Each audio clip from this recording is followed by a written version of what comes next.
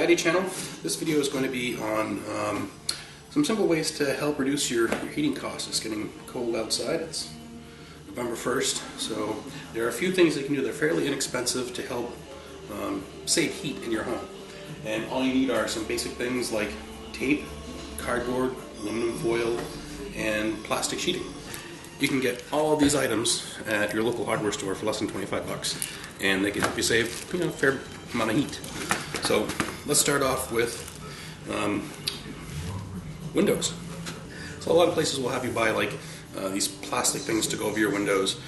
Nowadays a lot of people have vinyl replacement windows, which are fairly heat efficient, but one of the things that people don't tell you very often is a great way to help improve on how much heat your home can absorb naturally from sunlight is simply by keeping your windows clean. So if you make sure you wash your windows in the fall, getting all that debris off. Let's take a look at a dirty window here. So I don't know if you can see how kind of hazy this window is, and that's actually blocking some of the sunlight from coming through, whereas when you have a clean window, more sunlight gets through and you're able to heat your home better. Another great tip for washing those windows without the use of any chemicals or really spending a whole lot of money is using basically vinegar and old newspapers. It's a great combination. It's completely recyclable, completely environmentally friendly, and it worked great. So I'll make another video on that one later. So the next thing that we're going to do is we're going to look at people who have certain types of heat radiators. We're looking at this type of steam cast iron radiator that a lot of the older homes have. So what happens is you have them filling up with hot water from your furnace, and a lot of times they're placed right next to a window, which really isn't very efficient because a lot of the heat's going to go into the wall and out, or get cooled off right away from any draft coming from the window.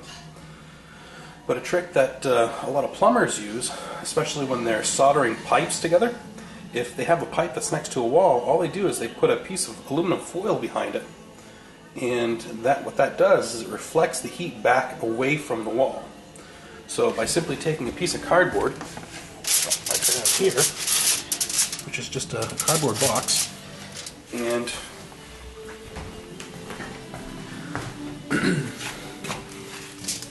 you just wrap some foil on it, tape the other sides, just like that, you have a heat reflector that you don't have to worry about catching on fire, and it's very easy to custom cut them, like this one I have over here.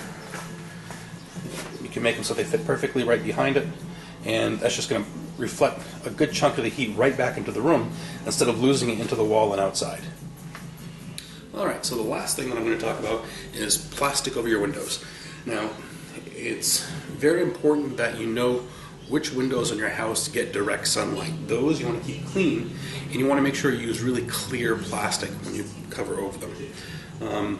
For those that don't, you can buy really cheap rolls of plastic sheeting. This was like $9 at Lowe's, all right? And it's not completely see-through, but it's enough where if you use this with a roll of painter's tape, you can cut it to fit around the window and seal it off completely for a lot cheaper than buying those little pre-cut kits that usually aren't the right size for your window anyway. So that's pretty much it. So if you have any questions, comments, or any other ideas that you've used to save some money while heating, make sure you put them down here. Thanks for watching. See you later.